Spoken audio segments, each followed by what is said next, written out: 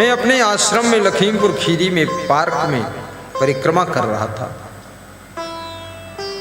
तो एक डॉक्टर सड़क पर साइकिल फेंक कर और दौड़कर कूद कर आ गया, पांव छुआ, बोला बहुत दिन से ढूंढ रहा था, कब मिलोगे आप। तो हमने कहा आप क्या करते हैं? बोले मैं डॉक्टर हूँ। अच्छा डॉक्टर हैं आप? बोले इसके पहले मास्टर था। हमने कहा अच्छा मास्टर थे। बोले इसके पहले लेखपाल था। तो हमने कहा लेखपाल थे, तो अब डॉक्टर कहाँ हो? बोले प्राइवेट डॉक्टर। तो हमने कहा कैसे? लेखपाल से तो और आगे बढ़। बोले अभी तक तो तहसीलदार होता, हुआ क्या?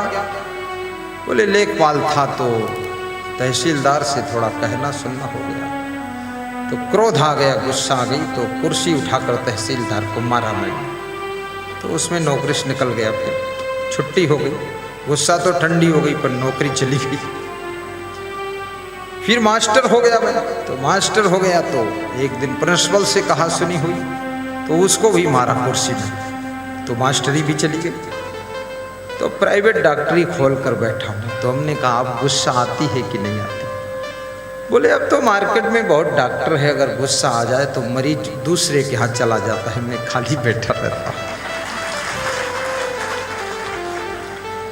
आखिरी सब कुछ खोने के बाद व्यक्ति अपनी गुस्सा को, क्रोध को कंट्रोल करता है।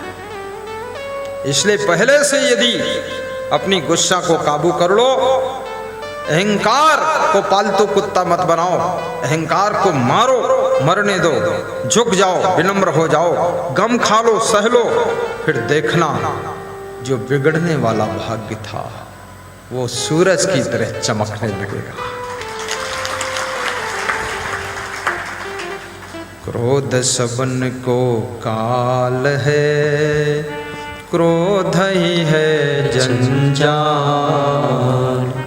शिव दुर्वासा क्रोध बस, बहुते भय बेहाल। कपिल मुनि के क्रोध ने मारे सगर के पूत, शिव सनकादिक क्रोध करी, राक्षस की हरिदूत। क्रोध। आपने परशुराम भगवान के मंदिर बहुत कम देखे होंगे। कोटा में कोई है मंदिर परशुराम भगवान का? नहीं। लेकिन राम भगवान के मंदिर बहुत देखे होंगे, और राम भक्त हनुमान के मंदिर तो उससे भी ज्यादा आपने देखे। याद रखना, परशुराम क्रोधी भगवान थे, इसलिए लोग उनका मंदिर बनाकर पूजा नहीं करना चाहते। और राम भगवान सहनशील और विनम्र भगवान थे, इसलिए उनका मंदिर बनाकर लोग पूजा करना चाहते हैं। याद रखना, क्रोधी व्यक्ति को कोई पसंद नहीं करता है। महिलाएं भी अपनी गुस्सा को कंट्रोल करें। कितनी स्त्रियां बहुत झनकू देवी है, तुरंत झंझना जाती है और फिर 1 घंटे बाद शांत हो जाती है। ये झनकू देवी मत बनो। और कितना पुरुष भी झनकू लाल है, नाम तो था माधवलाल, बन गया झनकू लाल। बहुत जल्दी तुनक जाता है, तुनकू लाल, झनकू लाल, पुनकू लाल, पुनपुना गया, थाली छोड़कर चला गया, नहीं खाऊंगा, ठीक नहीं भोजन है। और फिर जा करके होटल में गंदा मलिन खा रहा, माछी कुछी मरी। जब माछी निकलती समोसा में तो समोसा बनाने वाला कहता है अरे ये काली मिर्च है, माछी नहीं है। बोले हाँ तो खा लो। वहां कौन तुम्हारी पत्नी से ज्यादा शुद्ध भोजन कौन होटल में बनाएगा? जितना अच्छा है, स्वाद ही मत देखो केवल, शुद्धता भी तो देखो भगवान, शुद्धता। एक साधु किसी गांव में पीपल के पेड़ के नीचे चबूतरे पर रहता था, और गांव में कभी कभी किसी एक घर में भिक्षा मांग लेता था। कोई अच्छी भिक्षा देता था, कोई साधारण दे देता था। तो उसने उस गांव में देखा तो एक बूढ़ी माता जी थी। उसने बड़े प्रेम से भिक्षा दिया। तो दूसरे दिन वो साधु वहाँ फिर पहुँचा। जहाँ प्रेम से कुछ मिलता वहाँ व्यक्ति दोबारा भी पहुँच जाता है। पहुँचा, फिर मिला कुछ। साधु ने सोचा यहाँ प्रेम ज़्यादा है, अब दूसरा घर पकड़ने की ज़रूरत नहीं है, यहीं से रोज ले लेते। ऐसे करते करते 7 दिन बीत गए। 8वें दिन फिर पहुँचा। उस बूढ़ी माता का मन थोड़ा खिन्न हो गया कि ये साधु तो पिंड पड़ गया मेरे, रोज यहीं आता है।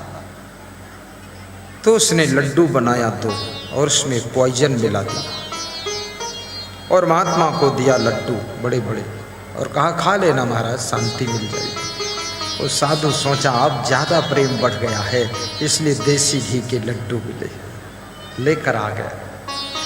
आ रहा था तो किसी के घर में बच्चे का जन्मोत्सव था। तो उस घर के मालिक ने बुलाया, बाबा आज मेरे बेटे का जन्मदिन है, खीर पूड़ी बनी है, आप ले लो थोड़ा। तो वहाँ खीर पूड़ी ले लिया। पीपल के पेड़ के नीचे बैठ करके सोचता है पहले लड्डू खाऊं कि खीर पूड़ी खाऊं। तो मन में हुआ खीर पूड़ी खा लेता हूँ, लड्डू शाम को खा लूँगा। खीर पूड़ी खा लिया, हाथ धोया, मुंह धोया और बैठा। तो देखा कि 2 यात्री आ रहे हैं, नल में पानी पीने जा रहे हैं। तो उनको बुलाया कि बच्चा इधर आओ, खाली पानी क्या पियोगे, एक एक लड्डू खाकर पानी पी लो। एक एक लड्डू दे दिया। उन्होंने सोचा महात्मा है, ले लो, ठीक है, खा लिया, पानी पी लिया। चबूतरे पर बैठ गए, नींद आने लगी। दोनों यात्री लेट गए, सो गए। शाम तक सोते रहे, उठे ही नहीं। जब उठे ही नहीं, बहुत बड़ी घटना हुई। बाबा ने जगाया उनको, महेश दास राउंड में चले जाए। बाबा ने जगाया तो उठे नहीं। तो बाबा ने देखा कि लगता है ये मर गए क्या। बाबा को चिंता हो गई, डर लग गया। वो महात्मा सीधे भागता हुआ उसी महिला के यहाँ गया जिसके यहाँ से लड्डू लाया था। उसने कहा माता जी लड्डू में आपने कुछ डाला था क्या? 2 आदमियों को खाने को दे दिया, खतरा हो गया। वो महिला भी घबरा गई कि जिसको मारना था वो तो जिंदा बैठा है बाबा, और ये किसको मार दिया जाकर। वो भी डर गई क्योंकि ये बाबा गवाही देगा लड्डू इसने बनाया था। महिला भी दौड़ती हुई आई, क्या हो गया, किसकी बला किस पर चली गई। चादर खोल कर देखा तो दोनों नौजवान कोई और नहीं थे, उसी महिला के दोनों सगे बेटे थे।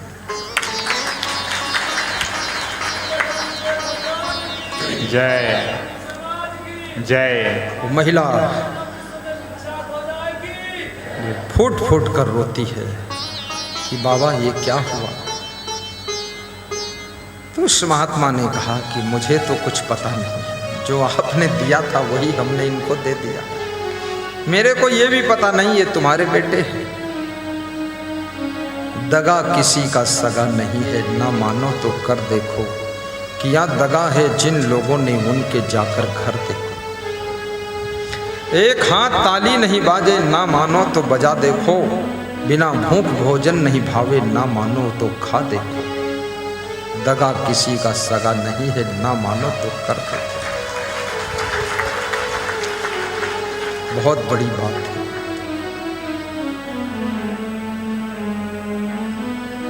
आप सभी का जीवन मंगल में हो, अच्छे कर्म करना, परस्पर प्रेम से रहना, नशा व्यसन से दूर रहना, भक्ति भजन और सत्संग के लिए भी 24 घंटे में समय निकालना, आपस में गम भी खा लेना, क्योंकि परिवार की तकरार, आपस की दरार आपके कारोबार को भी बिगाड़ देती है। परस्पर का संगठन बड़ी से बड़ी योजनाओं को सफल बनाता है। अच्छे ढंग से मैनेजमेंट करना, दूसरों से अच्छी अच्छी बातें भी सीखना और देवरानी जेठानी भी मिलजुल कर रहना।